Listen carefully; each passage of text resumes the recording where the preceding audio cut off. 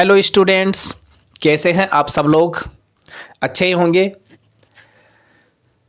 आप सभी का हमारे इस YouTube चैनल पर स्वागत है। जैसा कि आप लोगों को पता है, NCERT सॉल्यूशन की श्रृंखला हमारी चल रही है और उसी श्रृंखला के अंतर्गत आज हम 9th साइंस NCERT का जो 3rd चैप्टर है परमाणु एवं अणु, इसके अभ्यास प्रश्नों के बारे में बात करने वाले हैं। तो मैं आप लोगों को एक बात बता दूं कि अगर आप इस चैनल पर नए हैं तो सबसे पहले तो चैनल को सब्सक्राइब कर दीजिए और सब्सक्राइब करके राइट साइड में जो घंटी का बटन है उसको दबा दीजिए और फिर वीडियो को अंत तक देखिए। उसके बाद में आप लोगों को लगे कि वीडियो आप लोगों के लिए अच्छा साबित हो रहा है, आपकी हेल्प कर रहा है, तो वीडियो को लाइक करें और अपने दोस्तों को भी बताएं। चलिए शुरुआत करते हैं चैप्टर की। इसके अंतर्गत आज हम बात कर रहे हैं 3rd चैप्टर के प्रश्नों की। अभ्यास प्रश्न जो हैं इसके,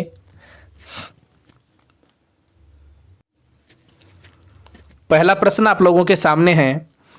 0.24 ग्राम ऑक्सीजन एवं बोरोन युक्त यौगिक के नमूने में विश्लेषण द्वारा यह पाया गया कि उसमें 0.96 ग्राम, यहाँ पे ग्राम भी है, यहाँ पे आगे ग्राम बोरोन एवं 0.144 ग्राम ऑक्सीजन है। उस यौगिक के प्रतिशत संघटन का भारात्मक रूप में परिकलन कीजिए। हमें ऑक्सीजन और बोरोन का कोई नमूना दिया हुआ है और उसका कुल भार है 0.24 ग्राम। उसमें से बताया गया है कि 0.096 ग्राम तो बोरोन है और 0.144 ग्राम ऑक्सीजन है। उस यौगिक के प्रतिशत संघटन का भारात्मक जो रूप है उसमें हमें परिकलन करना है। तो सबसे पहले तो जो आंसर है उसमें जो सॉल्यूशन है उसमें सबसे पहले हम उस चीज़ को लिखेंगे जो प्रश्न में दी हुई है। देखिए, यौगिक के नमूने का कुल भार लिखेंगे तो हमारे पास कुल भार है 0.24 ग्राम। फिर अपन लिखेंगे बोरोन का भार 0.096 ग्राम और फिर लिखेंगे ऑक्सीजन का भार 0.144 ग्राम। अब देखिए, जैसे इन दोनों को, बोरोन और ऑक्सीजन का जो भार है, इसको अगर अपन जोड़ते हैं तो हमें कुल भार प्राप्त हो जाएगा। आप इन दोनों को जोड़कर देख लीजिए, आपको 0.24 ग्राम प्राप्त हो जाएगा।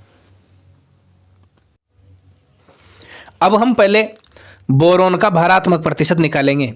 बोरोन का जो भारात्मक प्रतिशत है वो निकालेंगे और उसके बाद में ऑक्सीजन का भारात्मक प्रतिशत निकालेंगे। चलिए देखते हैं हम बोरोन का भारात्मक प्रतिशत और ऑक्सीजन का भारात्मक प्रतिशत। देखो कैसे निकालेंगे बोरोन का भारात्मक प्रतिशत। सबसे पहले बोरोन का भार लिखेंगे, बटे में लिखेंगे यौगिक का कुल भार और उसको गुणा कर देंगे अपन 100 से। ठीक है, जैसे हमें दिया हुआ है प्रश्न में बोरोन का भार कितना है 0.96 ग्राम, यहाँ लिख दिया अपन ने 0.96 ग्राम। बटे में लिख दिया अपन ने कुल भार 0.24 ग्राम लिख दिया। इनटू करेंगे किससे, 100 से। यानी हमने क्या किया, बोरोन का भार लिख दिया ऊपर, बटे में लिख दिया कुल भार और इनटू कर दिया 100 से। अब देखो, इसको जब अपन सॉल्व करेंगे तो हमारे पास 40 प्राप्त होगा। मैं इधर करके बता रहा हूँ आपको, 0.096 बटे में हमें दिया हुआ है 0.24। अब देखिए, जैसे अपन इसको हल करते हैं, यहाँ से पॉइंट हटाएंगे तो ऊपर इनटू में कितने आ जाएंगे 100। ठीक है, यहाँ से पॉइंट हटाते हैं ये वाली तो हमारे पास नीचे इनटू में कितने आ जाएंगे 1000 आ जाएंगे। अब इधर तो अपने पास में 96 बच गए ऊपर तो, और नीचे बच गए 24। 2 जीरो से हम इसकी 2 जीरो काट देंगे और अभी इधर हमारे पास 100 दिया हुआ है और 100 अपने पास एक्स्ट्रा में है इधर, तो इस 100 को भी अपन रखेंगे। यहाँ पे 100 दिया हुआ है, इस 1 जीरो को 1 जीरो से काट देंगे अपन, यहाँ पे ये कट गई। अब अपने पास बचा है 96/24 इंटू 10। 24 को जब अपन 24 से 96 को काटते हैं तो ये कट जाता है हमारे पास 4 बार। 4 को आप 10 से गुणा करोगे तो अपने पास क्या आ जाता है 40। तो ये जो 40% आया है ये ऐसे आया है। आप रफ कॉपी में इसको सॉल्व करके देख सकते हैं। आपको कितना मिलेगा 40%। अब देखिए जैसे एक का भार 40% हो गया, कुल प्रतिशत कितना होता है? कुल प्रतिशत होता है 100। अब 100 में से 40% अगर हमारे पास बोरोन का भारात्मक प्रतिशत है तो ऑक्सीजन का भारात्मक प्रतिशत अगर डायरेक्ट पूछ ले तो आप 100 में से 40 घटा के और कितना बचा दोगे? 60 बचेगा और ये 60 आंसर आ गया। लेकिन इसको सोल्व करके देखना है हमें।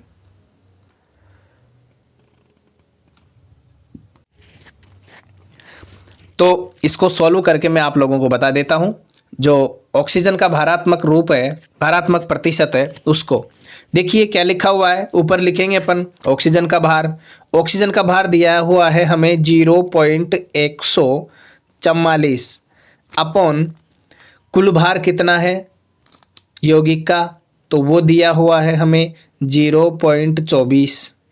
इंटू में क्या करेंगे? इंटू में वो ही 100, जैसा कि यहाँ पे दिया हुआ है आपको, इंटू में 100। अब ऊपर की 0 हटाएंगे, नीचे 3 0, ऊपर का 0 हटाते हैं तो हमारे पास क्या आ जाता है? नीचे के 3 0 आ जाएंगे नीचे। ठीक है, ये प्राप्त हो गया हमें। ये पॉइंट हटाएंगे तो ऊपर हमें 2 0 प्राप्त हो गए। अब 1 2 3 0 से 1 2 और ये 3 0। ठीक है, अपने पास क्या बचा? ऊपर तो बच रहा है 144, नीचे बच रहा है 24। इधर ये 10 और बचे हुए हैं, तो 10 को जब अपन गुणा करेंगे तो यहाँ पे 0 आ जाएगी, तो डायरेक्ट अपन लिख देते हैं। और 24 को जब अपन इससे काटते हैं तो ये कटता है अपने पास 60 बार। तो आंसर क्या आ गया हमारे पास? 60%। देखो आंसर 60% ऐसे आया है, डायरेक्ट अपन ने निकाला तो भी 60% आया। लेकिन क्वेश्चन जो पूछ रहा है न्यूमेरिकल है, वो सॉल्यूशन चाहता है, तो हमको पूरा स्टेप बाय स्टेप इतना सॉल्यूशन करके और उसके बाद में हमें बताना है कि बोरोन का तो कितना आया 40% और ऑक्सीजन का भारात्मक प्रतिशत कितना आया 60%। इस प्रकार इस प्रश्न में हमने जो प्रतिशत दे रखा है यौगिक का प्रतिशत संगठन का भारात्मक रूप का परिकलन अपन ने कर लिया है।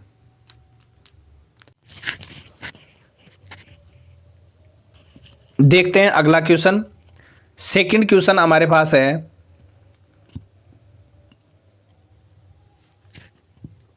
प्रश्न number 2। 3.0 gram carbon 8.0 gram oxygen में जलकर 11.00 ग्राम कार्बन डाइऑक्साइड निर्मित करता है। जब 3.00 ग्राम कार्बन को 50.00 ग्राम ऑक्सीजन में जलाएंगे तो कितने ग्राम कार्बन डाइऑक्साइड का निर्माण होगा? आपका उत्तर रासायनिक संयोजन के किस नियम पर आधारित होगा? सबसे पहले बात तो यह है कि आप लोगों को ये पता होना चाहिए कि जो CO2 है उसका अनुपात क्या है।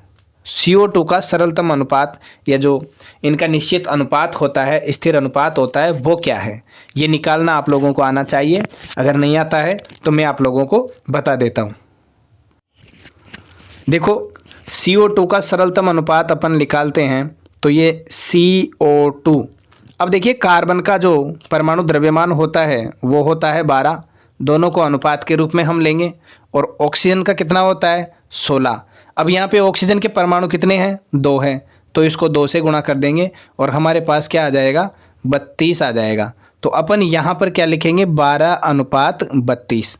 अगर ये कट रहा है किसी संख्या से तो इसको काट सकते हैं, जैसे आप मैथ में अनुपात समानुपात को सोल्व करते हुए काटते हैं। तो ये 4 से कट जाएगा 3 बार और ये 4 से कट जाएगा 8 बार।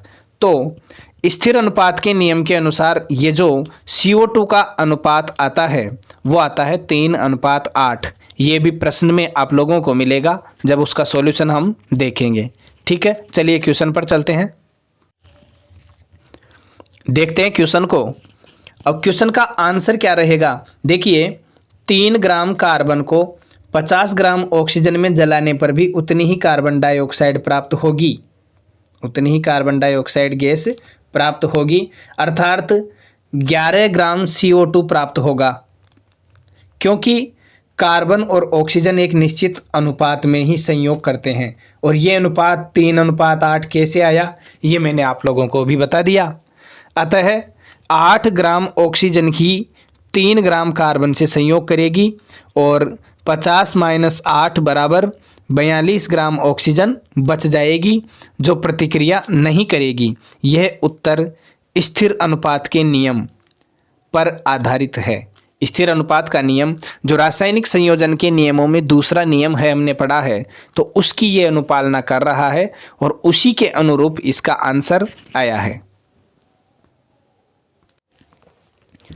चलिए चलते हैं अगले क्वेश्चन की तरफ। तीसरा क्वेश्चन हमारे सामने क्या कह रहा है? प्रश्न है बहुपरमाणुक आयन क्या होते हैं, उदाहरण दीजिए। भाई बहुपरमाणुक आयन होते क्या हैं और उनको उदाहरण सहित हमें समझाना है। देखिए, परमाणुओं के समूह जिन पर नेट आवेश विद्यमान होता है बहुपरमाणुक आयन कहलाता है। उदाहरण के तौर पर अपन देखें, सल्फेट आयन जो है SO4-2, इसको अपन SO4-2 के रूप में दर्शा सकते हैं। ये बहुपरमाणुक आयन जो है इसमें क्या है, देखो एक तो ये रहा सल्फर और ये रहा ऑक्सीजन, तो इसमें सल्फर भी है और ऑक्सीजन भी है, 2 प्रकार के परमाणुओं से मिलकर ये बना है। और इसी प्रकार जैसे NH4 की बात करें अपन, अमोनियम की, OH- हाइड्रोक्साइड आयन की बात करें, CO3-2 या 2- जो है कार्बोनेट की बात करें, तो ये क्या होते हैं, बहुपरमाणुक आयन होते हैं। यानी बहुपरमाणुक आयन का मतलब क्या है कि इनमें जैसे हाइड्रोक्साइड आयन अपन ने लिखा OH-, तो इसमें 2 परमाणु हो गए, ऑक्सीजन भी हो गया और हाइड्रोजन भी हो गया। यानी कहने का मतलब ये हुआ कि 2 या 2 से अधिक परमाणु मिलकर कोई यौगिक बना रहे हैं या कोई आयन बना रहे हैं, तो उसे हम क्या कहेंगे, बहुपरमाणुक यौगिक या बहुपरमाणुक आयन कहेंगे। तो इसी आधार पर यहाँ परिभाषा हमने देखी है कि परमाणुओं के समूह जिस पर नेट आवेश विद्यमान होता है बहुपरमाणुक आयन कहलाता है। उदाहरण सल्फेट आयन। बहुपरमाणुक आयन कौन कौन से, सल्फर और ऑक्सीजन 2 प्रकार के परमाणुओं से मिलकर बना है। इसी प्रकार NH4+, OH- और CO2- इत्यादि हैं। चलिए नेक्स्ट क्वेश्चन की तरफ चलते हैं, बात करते हैं चौथे क्वेश्चन की। देखिए यहाँ दिया हुआ है, पहला प्रश्न है, चौथे प्रश्न में करना क्या है, रासायनिक सूत्र लिखने हैं। निम्नलिखित के रासायनिक सूत्र लिखिए। सबसे पहले मैग्नीशियम क्लोराइड दिया हुआ है, दूसरा कैल्शियम क्लोराइड है, कॉपर नाइट्रेट है, एल्यूमिनियम क्लोराइड है और कैल्शियम कार्बोनेट है। अब इन पांचों के रासायनिक सूत्र लिखने के लिए हमें क्या पता होना चाहिए, धनायन और ऋणायन मूलक पता होना चाहिए। धनायन मूलक कौन कौन से हैं, ऋणायन मूलक कौन कौन से हैं, कितनी उनकी संयोजकता है, कौन धनायन मूलक में शामिल है, इन सब की जानकारी जब हमें होगी तो इनके फॉर्मूले हम बनाएंगे। चलिए देखते हैं इनका सॉल्यूशन और इनके आंसर जो है वो आप लोगों को मैं बताता हूं, लेकिन एक एक को सॉल्व करके हम देखेंगे। जैसे पहला ही है हमारे पास क्या है, मैग्नीशियम क्लोराइड है। तो भाई मैग्नीशियम का प्रतीक तो आप लोग जानते ही हों, Mg होता है और क्लोरीन का Cl होता है। अब इसके जब अपन प्रतीक रूप में लिखते हैं तो Mg और Cl, भाई Mg पे क्या होता है, +2 होता है, मैग्नीशियम पे ये एक धनायन होता है द्विसंयोजी, तो Mg पे तो +2 होता है और Cl पे -1 होता है। ठीक है, इसके अनुरूप जब हम देखते हैं और इसको लिख के सोल्व करते हैं तो हमें MgCl2 फॉर्मूला प्राप्त होता है। इसकी संयोजकता या आवेश की बात करें अपन, तो पहले तो अपन प्रतीक लिख दिया मैग्नीशियम और क्लोराइड दोनों का, इनकी संयोजकता आवेश लिखेंगे। मैग्नीशियम की 2+ होती है, क्लोराइड की 1- या -1 होती है।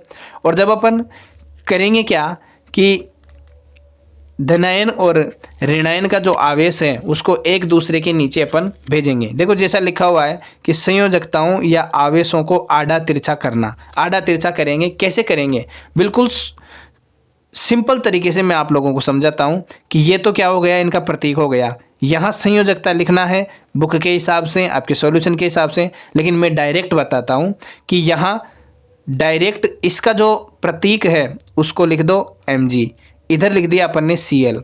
अब देखिए यहाँ पर क्या है, -1 है, ये -1 है और इधर क्या है, +2 है। तो हमें करना क्या है, प्रतीकों को ऐसे के ऐसे लिख देना है और धन आयन का जो आवेश है उसको तो ऋण आयन के नीचे यहाँ पे, और ऋण आयन का जो आवेश है उसको धन आयन के नीचे यहाँ पे लिखेंगे। ध्यान रखने योग्य बात यह है कि अगर दोनों में, धन आयन और ऋण आयन में आवेश अगर बराबर आ जाए तो उसको यहीं काट के अपन डायरेक्ट जो बचेगा उसको फॉर्मूला मान लेंगे और वो ही आएगा अंततः। और अगर किसी पे +1 है या -1 है तो उसको देखो लिखेंगे या नहीं लिखेंगे, कोई फर्क पड़ने वाला नहीं है। नेक्स्ट बात हमें ये ध्यान रखनी है कि जब हम आवेश को, धनायन के आवेश को ऋणायन के नीचे और ऋणायन के आवेश को धनायन के नीचे लेके जाएंगे तो यहाँ पर जाने के बाद में ये प्लस माइनस का जो निशान है वो इनका हट जाएगा, इसका कोई प्रोसेसिंग यहाँ पे नहीं रहेगा या इनकी कोई भूमिका इसकी नहीं रहेगी। मैं एक बार फिर से आप लोगों को लिख के बता देता हूँ। देखो मैग्नीशियम का होता है Mg+2 और क्लोरीन का होता है Cl-। हमें करना क्या है, ऐसे के ऐसे इसका जो फॉर्मूला है, प्रतीक जो है उसको हम ऐसे के ऐसे लिख देंगे, Mg का Mg, Cl का Cl। अब क्या करना है हमें, अब यहाँ से इस धनायन का जो आवेश है +2 इसको तो लिखना है हमें ऋणायन के नीचे यहाँ पे, ऋणायन का जो आवेश है इसको लिखना है हमें धनायन के नीचे यहाँ पे। और जैसे ही आवेश ऊपर से नीचे जाएगा तो इनका जो प्लस और माइनस वाला, जो प्लस माइनस का निशान जो लग रहा है इनके, ये हट जाएगा, इसका कोई महत्व नहीं रहेगा। ठीक है। अब देखो जैसे ही अपन यहाँ से नीचे ले जाते हैं तो इधर यहाँ क्या है, -1 है, तो इसको अपन यहाँ लिखें या नहीं लिखें कोई फर्क पड़ने वाला नहीं है। Mg पे +2 है तो यहाँ पे इसको लाके और यहाँ पे 2 लिख देंगे। यानी इस प्रकार हमें फॉर्मूला क्या प्राप्त हो गया, MgCl2, MgCl2, मैग्नीशियम क्लोराइड का ये फॉर्मूला प्राप्त हो गया। अब एक को मैंने यहाँ विस्तार से समझा दिया है, बाकी क्या जैसा इसमें लिखा हुआ है उसी के अनुरूप मैं समझाऊंगा लिखे हुए कोई। ठीक है, चलिए चलते हैं। दूसरे नंबर का जो है हमारे पास दिया हुआ है कैल्शियम क्लोराइड। कैल्शियम क्लोराइड, भाई कैल्शियम का प्रतीक जो होता है Ca होता है और क्लोराइड यानी क्लोरीन का Cl होता है। अब इनको प्रतीक के रूप में जब लिखेंगे Ca और Cl, भाई Ca पे क्या होता है, संयोजकता आवेश क्या होगा, इसकी +2 हो जाएगी और इसकी -1 हो जाएगी। यानी हमने लिखा Ca+2 Cl-। करना क्या है, ऐसे के ऐसे प्रतीक को लिख देना है, Ca लिख दिया, इधर इस Cl को लिख देना है, इस आवेश को यहाँ भेजेंगे और लिखने की कोई ज़रूरत नहीं है क्योंकि यहाँ पे -1 है, यहाँ +2 है, इसको लिखना ज़रूरी है। तो यहाँ पर मैं लिख देता हूँ Cl2। यानी हमें फॉर्मूला क्या प्राप्त हुआ है, हमें प्राप्त हुआ है CaCl2 कैल्शियम क्लोराइड, ये फॉर्मूला हमें प्राप्त हो चुका है। ठीक है, इसी के साथ आगे चलते हैं। तीसरे नंबर पे C हमारा आता है कॉपर नाइट्रेट। कॉपर Cu होता है, नाइट्रेट का NO3 होता है। अब इन पे चार्ज क्या होता है भाई, Cu पे तो +2 और यहाँ NO3 नाइट्रेट पे होता है -1। प्रतीक के रूप में लिख दिया CuNO3। संयोजकता क्या है, Cu की +2 है, NO3 की -1 है, ये कॉपर है, ये नाइट्रेट है। अब इस नाइट्रेट की -1 है, इसको अपन यहाँ इधर लाएंगे, जैसे अपन ने लिखा Cu+2 और NO3-। मैं क्या करूँगा, प्रतीकों को ऐसे के ऐसे लिख दूंगा CuNO3। अब देखिए यहाँ पर NO3 क्या है, बहुपरमाणुक आयन है, तो ध्यान रखना है बहुपरमाणुक आयन के अपन ब्रैकेट लगा के और फिर चेंजेज करते हैं। अगर दोनों की मान लो इधर +1 होती इधर -1 होती तो कुछ करने की ज़रूरत नहीं होती, ऐसा का ऐसा ही आंसर आ जाता। लेकिन इधर तो +2 है, इधर -1 है, तो जब अपन इनको आवेशों को ट्रांसफ़र करेंगे तब हमें यहाँ पर NO3 यानी नाइट्रेट आयन के ब्रैकेट लगाना पड़ेगा। देखो यहाँ -1 है, इधर लिखने की कोई ज़रूरत नहीं है। यहाँ +2 है तो यहाँ हम लिख सकते हैं NO3 का होल ट्वाइस, यानी हमारे पास फॉर्मूला क्या आ गया, CuNO3 का होल ट्वाइस। ये हमारे पास फॉर्मूला आ जाता है। चलिए चौथा जो D है उसकी तरफ चलते हैं। D है हमारा कि एल्यूमिनियम क्लोराइड जो है उसका फॉर्मूला हमें लिखना है। तो एल्यूमिनियम का देखो Al होता है और इस पे +3 होता है। और क्लोरीन की बात करें तो क्लोरीन का अभी 2-3 बार आपने देख लिया, क्लोरीन पे क्या होता है, -1 होता है। सबसे पहले हमने प्रतीक लिख दिया, ये एल्यूमिनियम लिख दिया, ये क्लोरीन लिख दिया। संयोजकता या आवेश की बात करें तो एल्यूमिनियम पे +3 होता है और क्लोराइड पे या क्लोरीन पे -1 होता है, क्लोराइड आयन पे -1 होता है। जब इसका फॉर्मूला लिखेंगे तो देखिए Al एल्यूमिनियम को ऐसा कैसे लिख दिया, Cl क्लोराइड आयन को ऐसे कैसे लिख दिया, दोनों एक ही आयन है। अब इधर से -1 जो क्लोराइड आयन पे -1 है उसको अपन यहाँ पे लिखना चाहें तो लिख सकते हैं, नहीं लिखेंगे तो भी कोई फर्क पड़ने वाला नहीं है। यहाँ पे क्या है, एल्यूमिनियम का +3 है तो इसको एल्यूमिनियम वाले को क्लोराइड पे लाएंगे तो यहाँ क्या हो जाएगा, Cl3 हो जाएगा। तो हमें जो फाइनली फॉर्मूला प्राप्त होता है एल्यूमिनियम क्लोराइड का वो होता है AlCl3। यहाँ पे ध्यान दीजिए, A बड़ा है, L छोटा, C बड़ा है, L छोटा। ये क्यों है, ये आप लोग वहाँ पे पढ़ चुके होंगे कि तत्वों के जब नाम लिखते हैं तो फर्स्ट अक्सर कैपिटल लेटर में और बाद के स्मॉल लेटर में आते हैं। तो एल्यूमिनियम क्लोराइड इसका नाम हो गया और ये सूत्र हमें प्राप्त हो गया। चलिए अगले प्रश्न की तरफ चलते हैं। इसी का 5वां दे रखा है कैल्शियम कार्बोनेट। कैल्शियम का होता है Ca+2 और कार्बोनेट का होता है CO3-2। तो Ca+2 और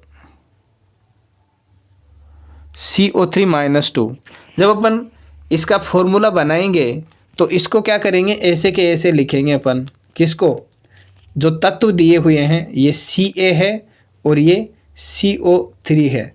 अब मैंने आप लोगों को एक बात बताई थी कि अगर दोनों आयनों की, धनायन और ऋणायनों की संयोजकता या आवेश बराबर हो तो उसको वहीं काट दें। देखिए यहाँ +2 है, यहाँ -2 है, ऐसे काट के भी अपन CaCO3 आंसर ला सकते हैं। और अगर आप ट्रांसफ़र करना ही चाहो तो Ca2 और CO3 का होल ट्वाइस। भाई देखिए अगर मैं लिखूं 2:2 तो आप इसको काट के क्या कर दोगे, 1:1।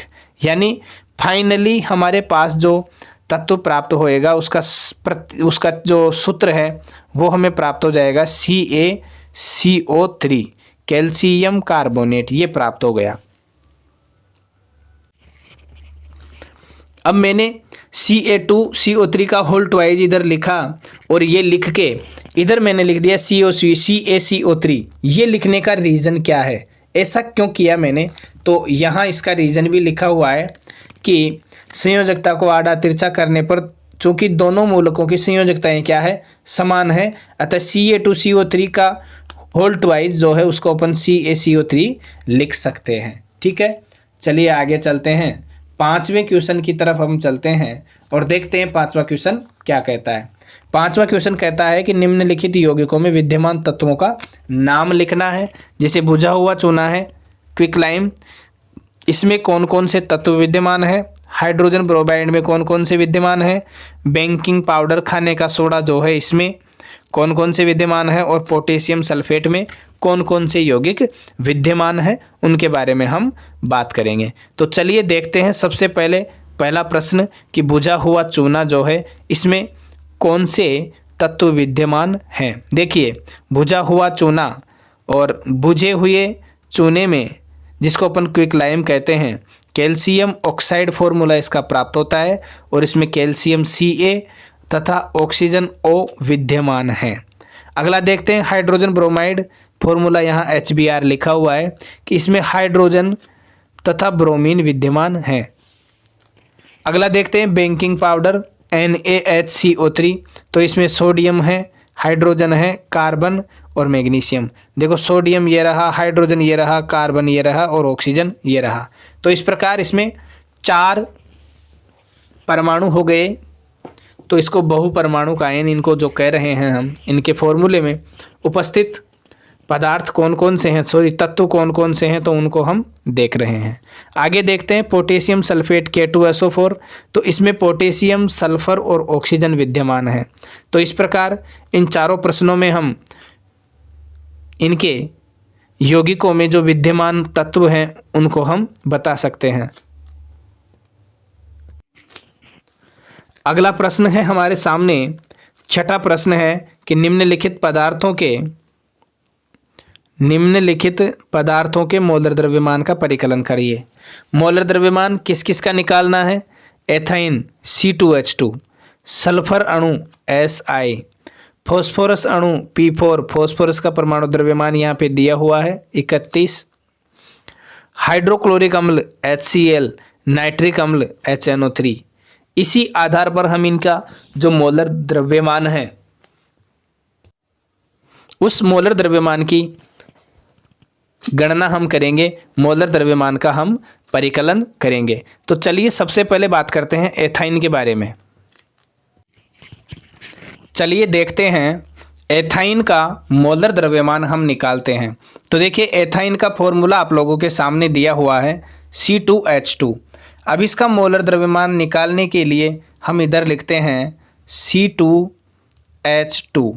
भाई कार्बन का जो परमाणु द्रव्यमान है वो कितना है? सबसे पहले तो इसके परमाणुओं की संख्या लिख लेते हैं, कितनी है 2, गुणा में हम लिखते हैं इसका परमाणु द्रव्यमान, कार्बन का परमाणु द्रव्यमान होता है 12, प्लस हम लिखते हैं हाइड्रोजन का परमाणु द्रव्यमान कितना होता है 1, और उसको गुणा करेंगे हम उसके परमाणुओं की संख्या से। तो परमाणु कितने दिए हुए हैं यहाँ पे 2, तो 2 से हम इसको गुणा कर लेंगे। देखिए जब इन दोनों को गुणा करेंगे, इन दोनों को गुणा करेंगे और जोड़ेंगे, 12 दूनी 24 होते हैं, 24 प्लस हमारे पास इधर कितना है 2, यानी कितना हो गया टोटल 26। तो ये 26 ग्राम इसका मोलर द्रव्यमान हो गया। किसका? एथाइन का, जो यहाँ पे प्रश्न में और यहाँ पे उत्तर में आप लोगों को दिखाई दे रहा है।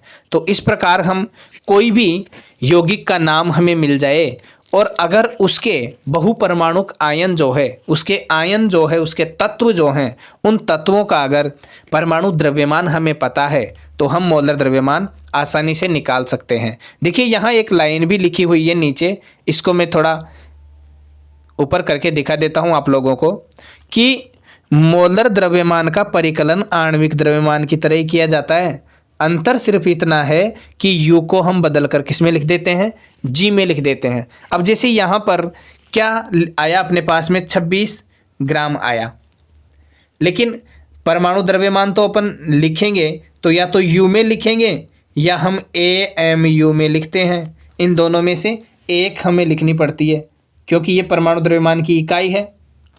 भाई या तो हम U लिखेंगे या AMU लिखेंगे, लेकिन जब अपन मोलर द्रव्यमान निकालते हैं तो मोलर द्रव्यमान में उसी मान के आगे हम क्या लिख देते हैं, G लिख देते हैं, यानी ग्राम में उसको लिख देते हैं। तो हमें 26 ग्राम प्राप्त हो गया। इस प्रकार एथाइन का जो मोलर द्रव्यमान है, एथाइन का मोलर द्रव्यमान हमें प्राप्त हो गया 26 ग्राम। ठीक है, चलिए नेक्स्ट क्वेश्चन की तरफ चलते हैं। दूसरा दिया हुआ है हमें सल्फर अणु Si। तो इसकी भी बात करते हैं, देखते हैं इसको। देखो वहाँ पर लिखा हुआ क्या है Si, ये Si नहीं है, यहाँ पर S8 है। यहाँ पर हमें देखिए सल्फर का अणु दिया हुआ है, क्वेश्चन में Si लिखा हुआ है तो वो थोड़ा मिसप्रिंट है, S8 ये करेक्टर है, यानी सल्फर के परमाणु कितने हैं 8, तो हम लिख देंगे 8, और इसका जो परमाणु द्रव्यमान है वो होता है 32। अब 32 को जब अपन 8 से गुना करेंगे तो हमें प्राप्त होगा 256। अब देखो परमाणु द्रव्यमान के रूप में लिखेंगे तो 256 U लिखेंगे हम। फर्क इतना है कि जब मोलर द्रव्यमान में लिखेंगे तो इस U को किस में चेंज कर देंगे, ग्राम में चेंज कर देंगे। तो इस प्रकार हमें क्या प्राप्त हो गया, 256 ग्राम प्राप्त हो गया। सल्फर अणु का मोलर द्रव्यमान क्या प्राप्त हो गया, 256 ग्राम प्राप्त हो गया। इसी प्रकार हम देखते हैं फॉस्फोरस अणु की। फॉस्फोरस का जो अणु है उसको हम लिखते हैं P4। देखिए प्रतीक हो गया इसका P और 4 हो गई इसके परमाणुओं की संख्या। तो हम 4 से गुणा करेंगे इसके परमाणु द्रव्यमान को, और इसका जो परमाणु द्रव्यमान होता है कितना होता है, 31 होता है। जब 31 को 4 से या 4 को 31 से गुणा करेंगे हम, तो हमारे पास क्या प्राप्त होता है, हमारे पास प्राप्त होगा 4 एकम 4 और 4 त्रिके 12, 124 U। अब यहाँ पर 124 U आप लोगों को दिख रहा है। 124 को मैं 4 को सही लिख देता हूँ ताकि U और 4 में आप लोगों को फ़र्क पता चल जाए, ठीक है। तो 124 हमारे पास आता है 124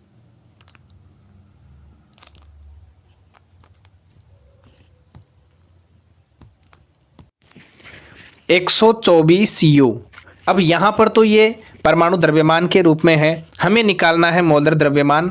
तो इस U की जगह हम क्या लिख देते हैं, 124 ग्राम लिख देते हैं, और यही क्या हो जाता है, इसका आंसर हो जाता है।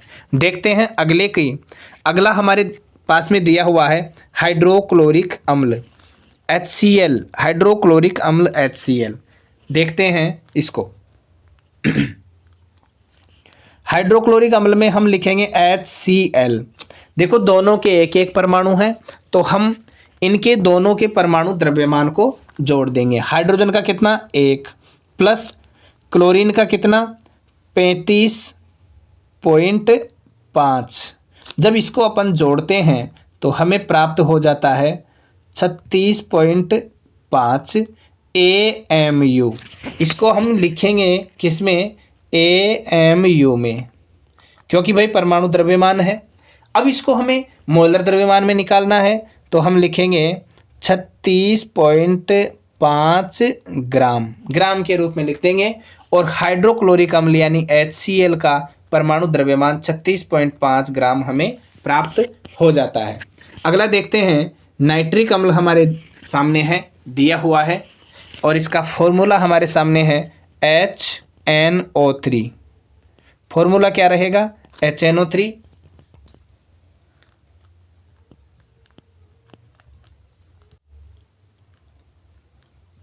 फॉर्मूला हमें दिया हुआ है HNO3। हम फॉर्मूला यहाँ लिख लेते हैं HNO3। यहाँ पर हम देख रहे हैं कि हमें हाइड्रोजन, नाइट्रोजन और ऑक्सीजन परमाणु दिए हुए हैं। तीनों परमाणुओं के जो परमाणु द्रव्यमान है उनको हम लिखेंगे, और इनके परमाणुओं की जो संख्या है उससे उसको गुणा करेंगे। देखिए हाइड्रोजन का परमाणु क्रमांक कितना 1, परमाणु द्रव्यमान भी 1, यहाँ परमाणुओं की संख्या भी कितनी है 1, तो यहाँ 1 लिख दिया, प्लस नाइट्रोजन का परमाणु क्रमांक होता है 7, परमाणु द्रव्यमान कितना हो गया 14, इसका दुगुना हो जाएगा तो 14, प्लस ऑक्सीजन का परमाणु क्रमांक कितना 8, परमाणु द्रव्यमान हो जाएगा 16, परमाणु कितने हैं 3, तो 16 को अपन 3 से गुणा कर देंगे। देखिए यहाँ फिर से हम लिखेंगे 1 + 14 + 16 को जब 3 से गुणा करेंगे तो हमारे पास आएगा 48, और जब इन सबको हम जोड़ते हैं तो हमें प्राप्त होता है 63 AMU लिख दो या 63 U लिख दो। जब अपन इसको मोलर द्रव्यमान में लिखेंगे तो हमारे पास प्राप्त क्या होगा 63 ग्राम, 66 ग्राम हमें प्राप्त हो जाता है, और ये 66 ग्राम ही हमारे पास में आंसर आ जाता है। ठीक है, चलिए अब देखिए यहाँ पर परमाणु द्रव्यमान की जो सारणी है वो दी हुई है। यहाँ पर कार्बन का दिया हुआ है 12 U, हाइड्रोजन का 1 U, ऑक्सीजन का 16 U, नाइट्रोजन का 14 U, सल्फर का 32 U और फॉस्फोरस का 31 U, क्लोरीन का 35.5 U। ये परमाणु द्रव्यमान आपको क्वेश्चन पेपर में मिल भी सकते हैं, नहीं भी मिल सकते। हमें याद रखने हैं कि हाइड्रोजन का कितना है, नाइट्रोजन का कितना है, ऑक्सीजन का कितना है, उससे हमें आसानी रहेगी और हम थोड़ा स्पीडली उसको सॉल्व कर पाएंगे। चलिए चलते हैं नेक्स्ट क्वेश्चन की तरफ। 7वां क्वेश्चन हमारे सामने आ जाता है कि निम्न का द्रव्यमान क्या होगा, यानी इनका द्रव्यमान हमें बताना है। 1 मोल नाइट्रोजन परमाणु का 4 मोल एल्यूमिनियम परमाणु का और 10 मोल सोडियम सल्फाइड का। करना क्या है, एल्यूमिनियम का परमाणु द्रव्यमान यहाँ दिया हुआ है 27 और Na2SO3, सोडियम सल्फाइड इसका फॉर्मूला हमारे पास होता है Na2SO3, और इसी आधार पर हम इनका जो द्रव्यमान है वो ज्ञात करेंगे। देखिए सबसे पहले आंसर लिख के और हम लिखेंगे हमें ज्ञात है। भाई प्रश्न में क्या दिया हुआ है कि फॉर्मूला जो है हमें द्रव्यमान निकालने के कह रहा है, और द्रव्यमान जब निकालेंगे तो मोलर द्रव्यमान को गुणा करेंगे हम मोलों की संख्या से। तो देखिए द्रव्यमान को हम स्मॉल m से व्यक्त करते हैं, जैसा कि यहाँ आपको दिख रहा है स्मॉल m, मोलर द्रव्यमान को कैपिटल M से और मोलों की संख्या को स्मॉल n से। यानी ये तो क्या हो गया, स्मॉल m तो द्रव्यमान हो गया, कैपिटल M मोलर द्रव्यमान हो गया और स्मॉल n मोलों की संख्या हो गई। इस आधार पर हम इन जो प्रश्न दिए हुए हैं ये 3, इसमें इन तीनों प्रश्नों को हम सॉल्व करेंगे और तीनों का द्रव्यमान निकालेंगे। बात करते हैं सबसे पहले पहला जो A हमें दिया हुआ है उसकी। तो देखिए यहाँ हमें n बराबर 1 दिया हुआ है, m बराबर 14 ग्राम दिया हुआ है। अब ये m बराबर मोलर द्रव्यमान 14 कहाँ से आया, भाई नाइट्रोजन का परमाणु क्रमांक कितना है 7 है और परमाणु द्रव्यमान क्या आ जाएगा 14 U हो जाएगा। और मोलर द्रव्यमान में बदलने के लिए U को किस में बदलना है, G में बदलना है, बस यही तो करना है। तो यहाँ पर m बराबर हम लिख सकते हैं capital M into small n। Capital M हमारे पास क्या आ गया 14 इंटू 1, तो हमारे पास कितना आ जाता है 14 ग्राम आ जाता है। तो इसका आंसर हमारे पास क्या आ जाएगा 14 ग्राम आ जाएगा। ठीक है, बात करते हैं दूसरे की। दूसरा दिया हुआ है हमें क्या है, दूसरे में 4 मोल एल्यूमिनियम परमाणु को अपन बदलेंगे किसमें, उसका द्रव्यमान हम ज्ञात करेंगे। तो देखिए बी को कैसे सॉल्व करना है हमें। सबसे पहले तो इसके मोलों की संख्या लिखेंगे। भाई मोलों की संख्या दी हुई है, इसमें कितना दिया हुआ है, मोलों की संख्या दी हुई है 4, और जो एल्यूमिनियम परमाणु है उसका मोलर द्रव्यमान, एल्यूमिनियम परमाणु का मोलर द्रव्यमान दिया हुआ है 27 ग्राम। तो m बराबर कैपिटल M इंटू n बराबर हम कैपिटल M क्या आ गया अपने पास में 27 ग्राम आ गया, n कितना है, मोलों की संख्या 4 है, गुणा करेंगे 108 ग्राम हमें प्राप्त हो जाएगा। इसी प्रकार इसी का जो थर्ड है वो दिया हुआ है कि 10 मोल सोडियम सल्फाइड का द्रव्यमान क्या होगा। तो द्रव्यमान निकालने के लिए हमें क्या चाहिए, इसके मोलों की संख्या चाहिए, इसका मोलर द्रव्यमान चाहिए।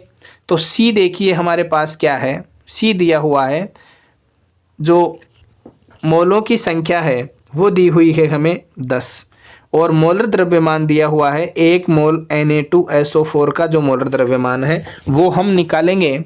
तो देखिए Na2 2 गुणा हम लिखेंगे 2 गुणा Na परमाणु का द्रव्यमान और सल्फर परमाणु का द्रव्यमान या सल्फर का परमाणु द्रव्यमान, और इसमें जोड़ेंगे अपन 3 इंटू ऑक्सीजन परमाणु का द्रव्यमान।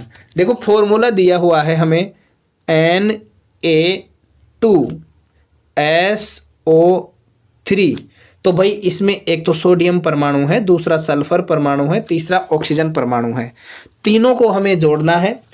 अब यहाँ पर सोडियम के परमाणु कितने, 2 परमाणु हैं, एक परमाणु का द्रव्यमान कितना 23, तो हम 23 को गुणा करेंगे 2 से, जैसा कि इधर दिया हुआ है आप लोगों को यहाँ पे कि 2 इंटू 23 प्लस में हमें करना है सल्फर का द्रव्यमान, तो सल्फर का होता है 32, और फिर हमें लिखना है ऑक्सीजन का परमाणु द्रव्यमान। देखो ऑक्सीजन के कितने परमाणु हैं, 3 परमाणु हैं, एक का कितना होता है 16, तो 16 को जब 3 से गुणा करेंगे हमारे पास में क्या आ जाएगा 48, यानी 48 हमारे पास में आ जाएगा।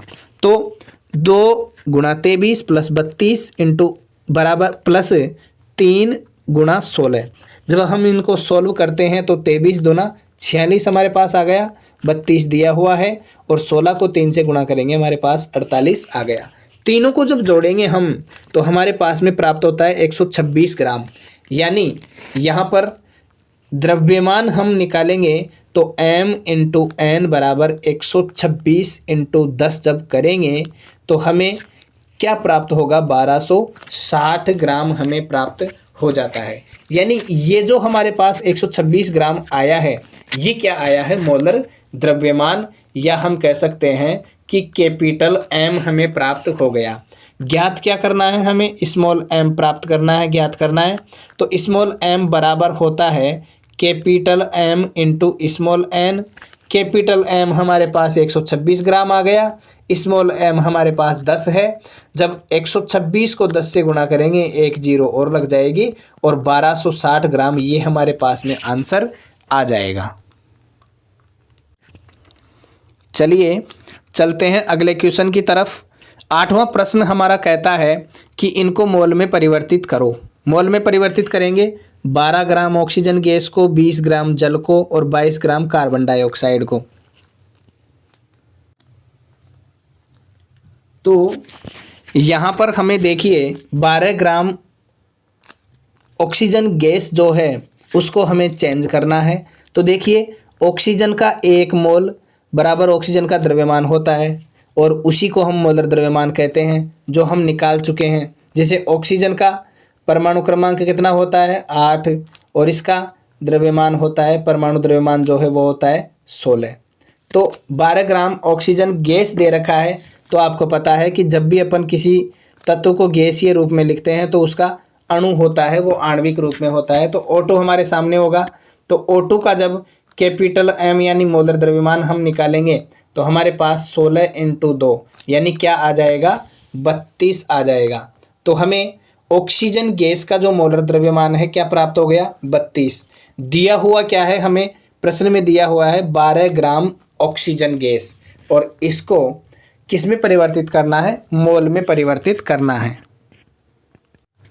इसको मोल में परिवर्तित करने के लिए हमारे सामने ये फॉर्मूला है कि हमें ज्ञात करनी है, या हमें जो दिया हुआ है उस हिसाब से कि चूंकि मोलों की संख्या हमें ज्ञात करनी है, तो हमें क्या करना है, दिया गया जो द्रव्यमान है उसमें भाग देना है मोलर द्रव्यमान का। यानी मोलों की संख्या है स्मॉल एन, दिया गया द्रव्यमान हो जाएगा स्मॉल एम, और मोलर द्रव्यमान हो जाएगा कैपिटल एम।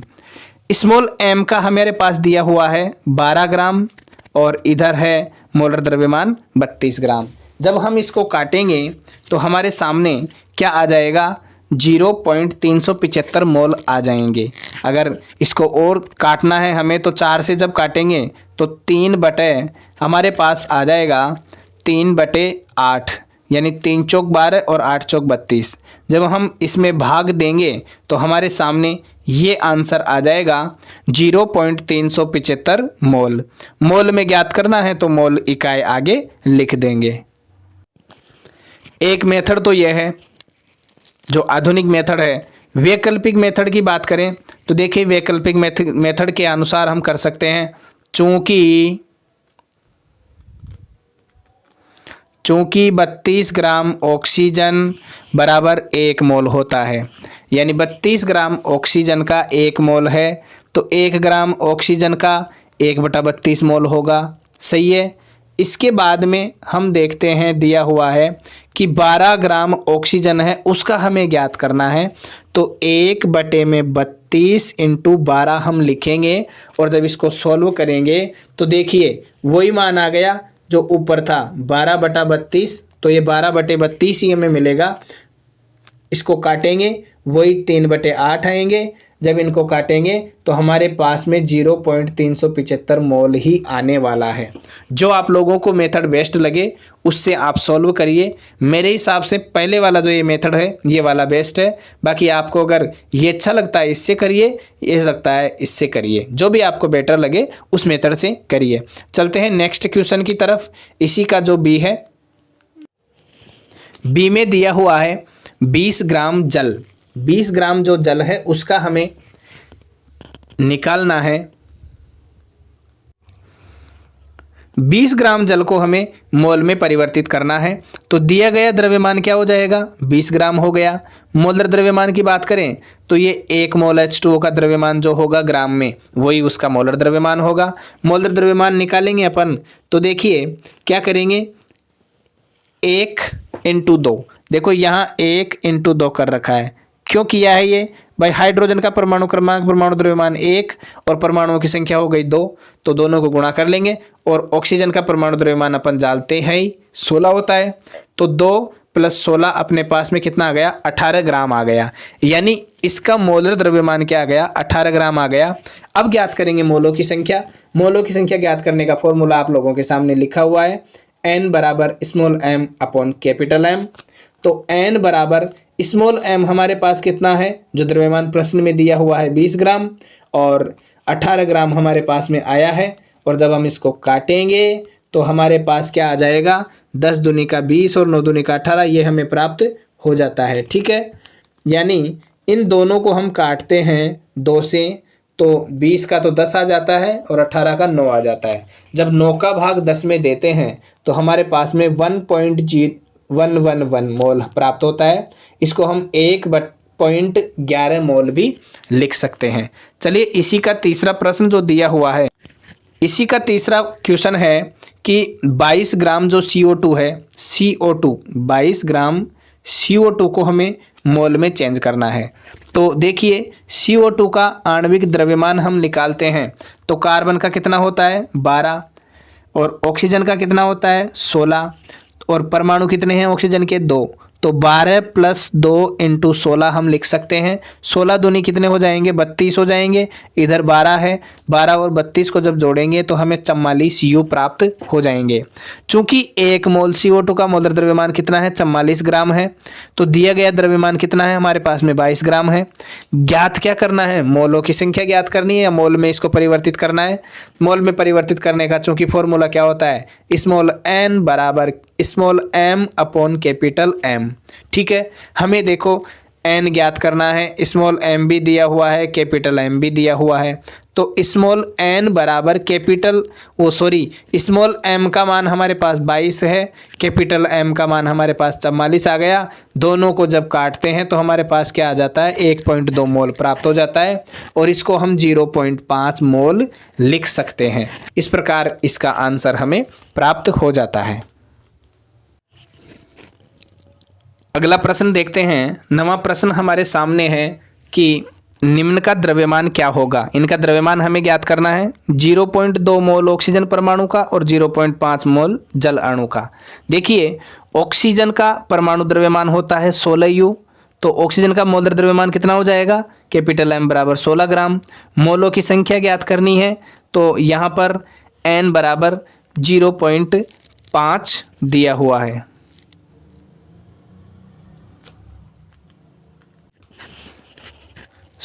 यहाँ पर मोलों की संख्या n बराबर 0.5 नहीं है, यहाँ पर होगा 0.2। ठीक है, 0.2 दिया हुआ है। अब हम द्रव्यमान निकालेंगे। द्रव्यमान हमें निकालना है, तो m बराबर स्मॉल m बराबर क्या हो जाएगा, कैपिटल M इंटू n। भाई हमारे पास क्या था, n बराबर था small m upon capital M। ज्ञात क्या करना है हमें, स्मॉल m ज्ञात करना है, कैपिटल M को इधर भेजेंगे तो ये गुणा में आ जाएगा। यानी स्मॉल m बराबर हमें प्राप्त हो जाता है capital M into small n। यानी मोलर द्रव्यमान जो है उसको अपन मोलों की संख्या से गुणा कर देंगे तो हमें द्रव्यमान प्राप्त हो जाएगा। देखिए ऑक्सीजन का मोलर द्रव्यमान 16, इसके मोलों की संख्या 0.2, गुणा करेंगे हमारे पास में 3.2 ग्राम आंसर आ जाएगा। इस आधार पर 0.2 मोल ऑक्सीजन परमाणु का द्रव्यमान हमें प्राप्त हो जाता है 3.2 ग्राम, और यही आंसर है। देखते हैं अगला इसी का क्वेश्चन क्या दिया हुआ है। उसमें सेकंड नंबर पे जो है बी क्वेश्चन जो है उसको देखते हैं। इसमें देखिए दिया हुआ क्या है, ज्ञात हमें क्या करना है। ठीक है, इसमें दिया हुआ है जल के अणु H2O का आणविक द्रव्यमान हम निकालेंगे। तो देखिए हाइड्रोजन के कितने परमाणु, 2 परमाणु हैं, और परमाणु द्रव्यमान क्या है 1, तो 1 को 2 से गुणा कर दिया, प्लस ऑक्सीजन का परमाणु द्रव्यमान हो जाएगा अपने पास में 16, तो जल का टोटल परमाणु द्रव्यमान 18 U हमें प्राप्त हो जाएगा।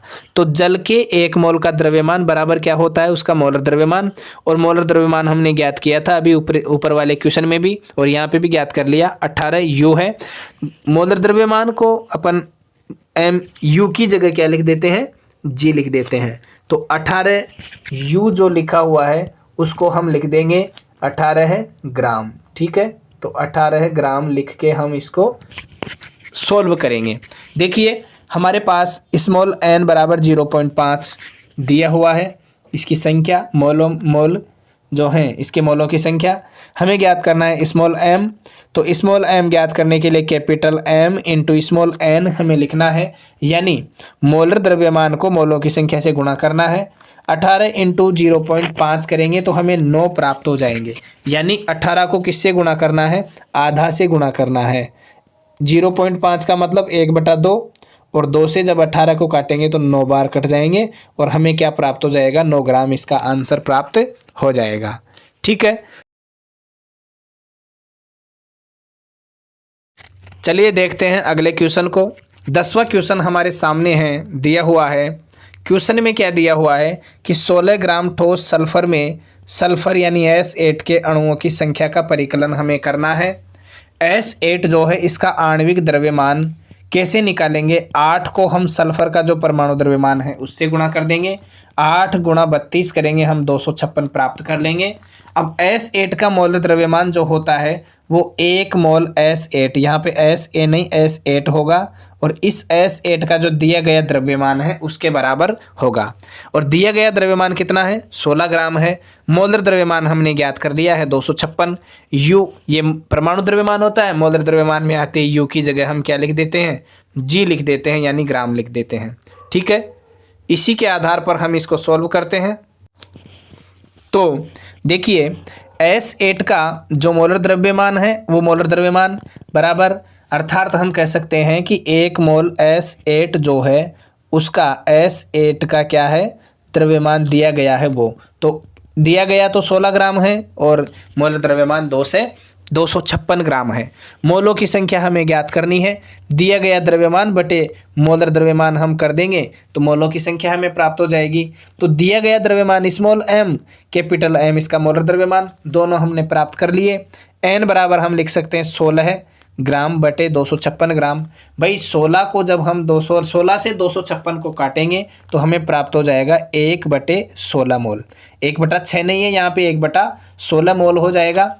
अब साथ ही हमें देखो स्मॉल n जो है उसको हम ऐसे भी ज्ञात कर सकते हैं कणों की संख्या के आधार पर कि कणों की संख्या, जो कणों की संख्या दी हुई है उस पे हम बटा कर सकते हैं अवगाद्रो संख्या। N0 नहीं है, यहाँ पे Na है, नंबर ऑफ अवगाद्रो। तो ऐसे भी हम इसको सॉल्व कर सकते हैं। आगे इसको जब अपन लिखेंगे तो यहाँ पे देखो n बराबर क्या दिया हुआ है, 1/16 और इधर कैपिटल N बटा कैपिटल Na, और ज्ञात हमें क्या करना है, मोलों की संख्या ज्ञात करनी है।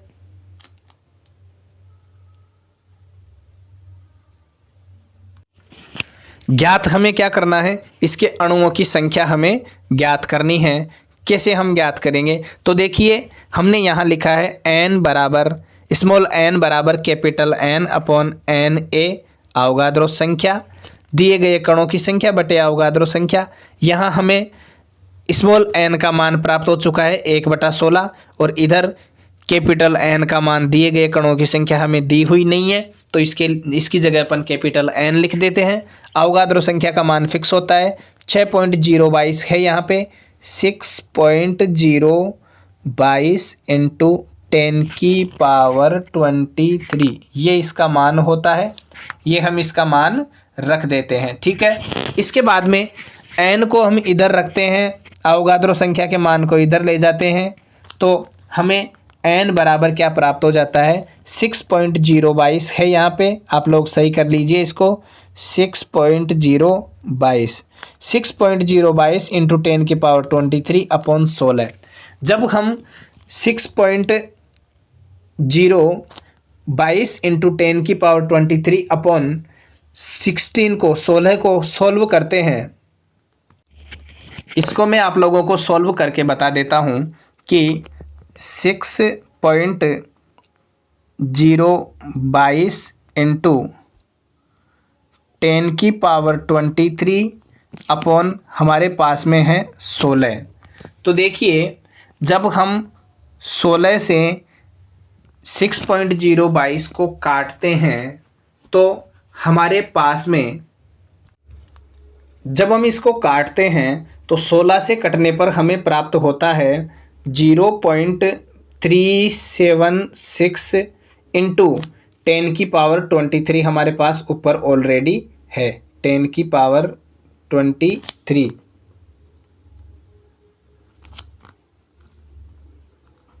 ठीक है, इसको हम लिख दिया हमने ऐसे कैसे।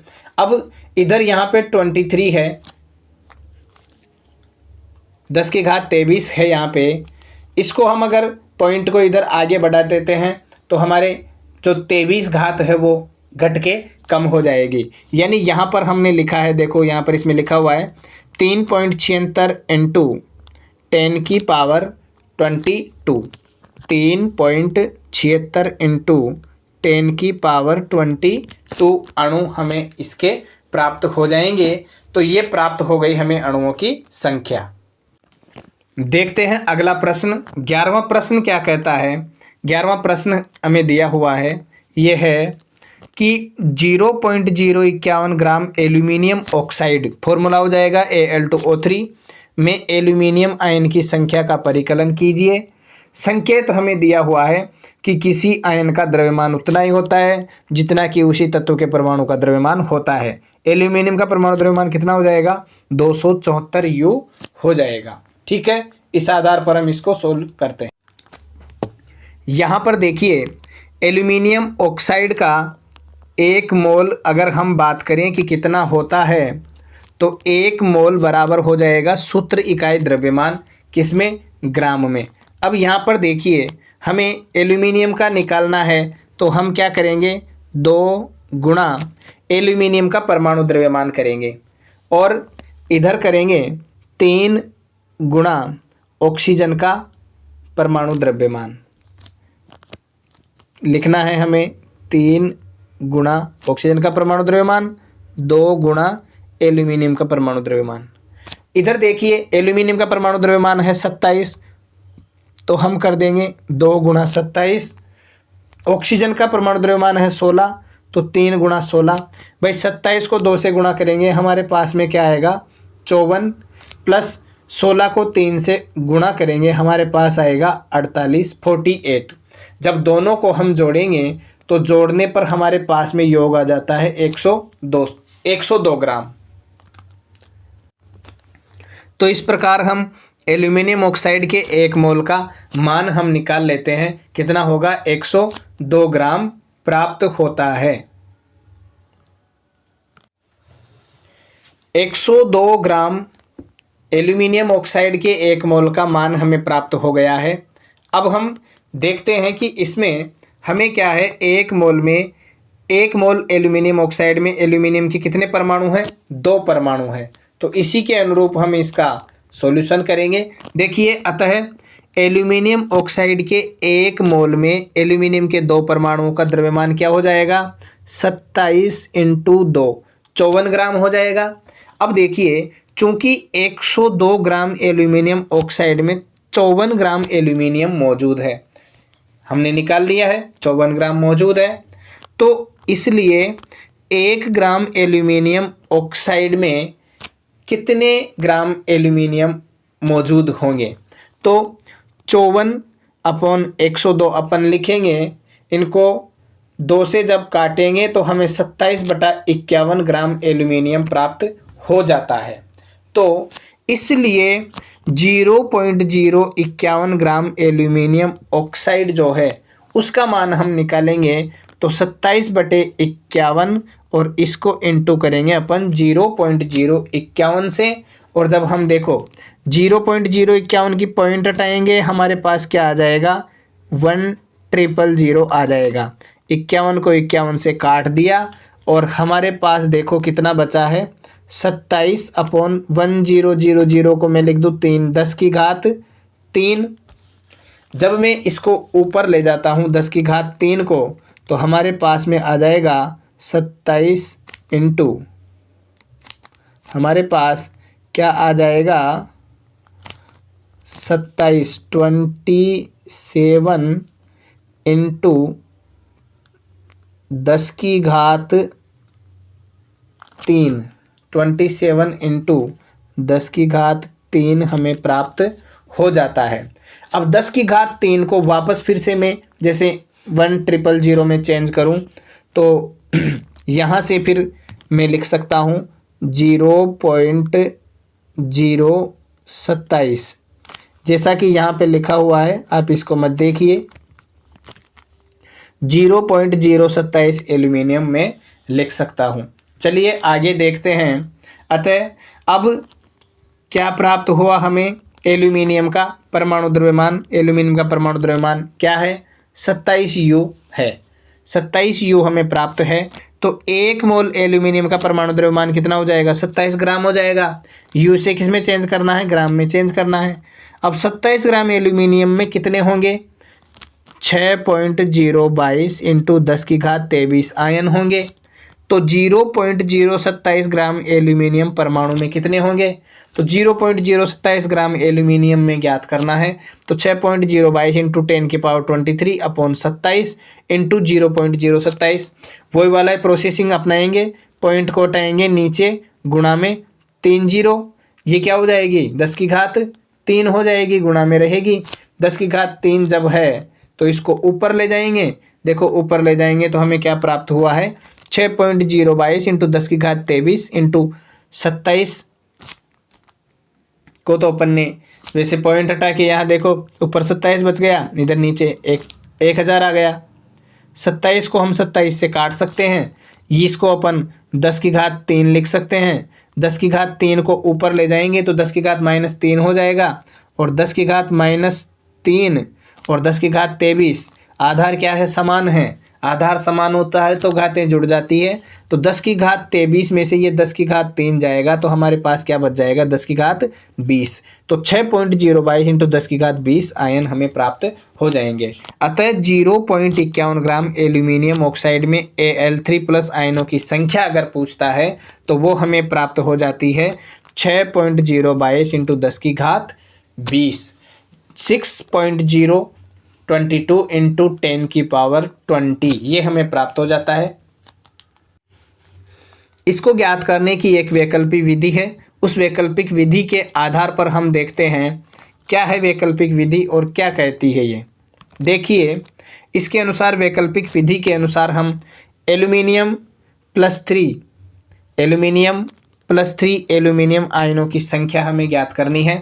तो एल्यूमिनियम ऑक्साइड का जो द्रव्यमान दिया हुआ है वो, और उसमें मोल द्रव्यमान का हम भाग दे देंगे, और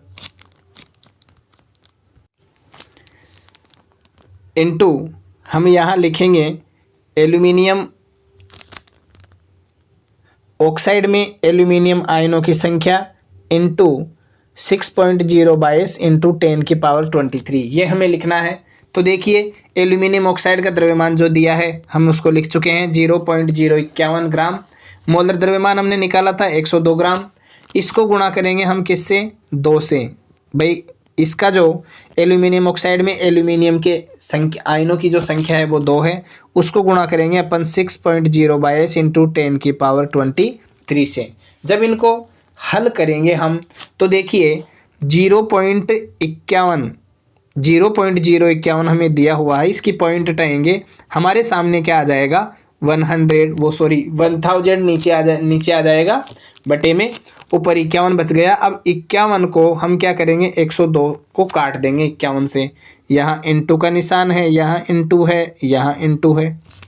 तो देखिए 51 को 51 से 102 को काटेंगे, ये 2 बार कटेगा, और 10 की पावर जो 3 बन जाएगा 1000 का, यानी 1000 को अपन 10⁻3 लिख सकते हैं, नीचे 2 है, इस 2 से ये 2 कैंसिल हो जाएगा।